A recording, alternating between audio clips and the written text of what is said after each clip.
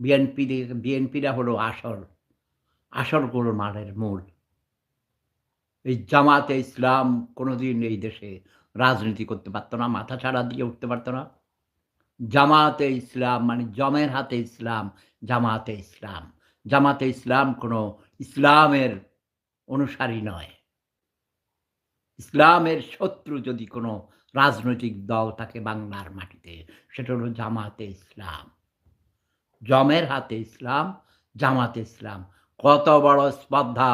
জামাতের আমির ডাক্তার শফিকুর রহমান সাহেবের দৃষ্টি আকর্ষণ করছি। তুমি আমার ক্যাডার ছিলে। জাসদ ছাত্রলীগের কর্মী ছিলে। ১৬টি ফগা, মিথ্যা কথা তো বলস ২৪ ঘন্টা। তোর জন্মই হয়েছে মিথ্যা দিয়ে। ছাত্রলীগের ভিতরে তোদের ক্যাডার ঢুকিয়েছিলি, শিবিরদের, তাই না? তোদের সুযোগ দেওয়া হয়েছে গর্ত থেকে বের করে আনার জন্যে। This is my politics.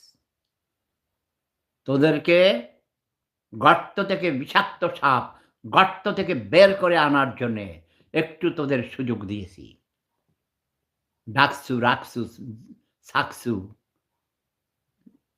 সিকসু, ইকসু, মিকসু, খিকসু সকল বিশ্ববিদ্যালয়ে তোদের ছাত্র শিবিরকে জায়গা করে দিয়েছি। এটা this is my tricks, my politricks. This is not politics, this is super politics. তারপর খেলা বুঝবি তোরা। আওয়ামী লীগের পলাতক নেতাদের স্ত্রীদের উপর জামাতের হক আছে। কারণ আওয়ামী লীগের সম্পদ, নারী সবকিছু গনিমতের মাল।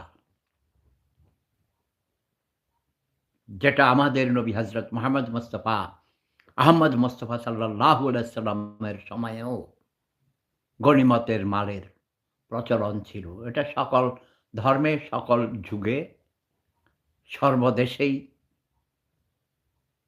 প্রচলিত আইন ছিল, নিয়ম ছিল। যুদ্ধে পরাজিত শত্রুদের সকল সম্পদ এবং তাদের কচি, কচি সুন্দরী তরুণী সবকিছু গনিমতের মাল।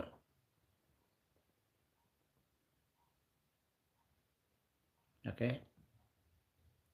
এবং যারা বিজয়ী দল, যুদ্ধে যারা জয়লাভ করবে, তাদের মূল আকর্ষণই হলো নারী, সুন্দরী নারীকে ভোগ করতে পারবে।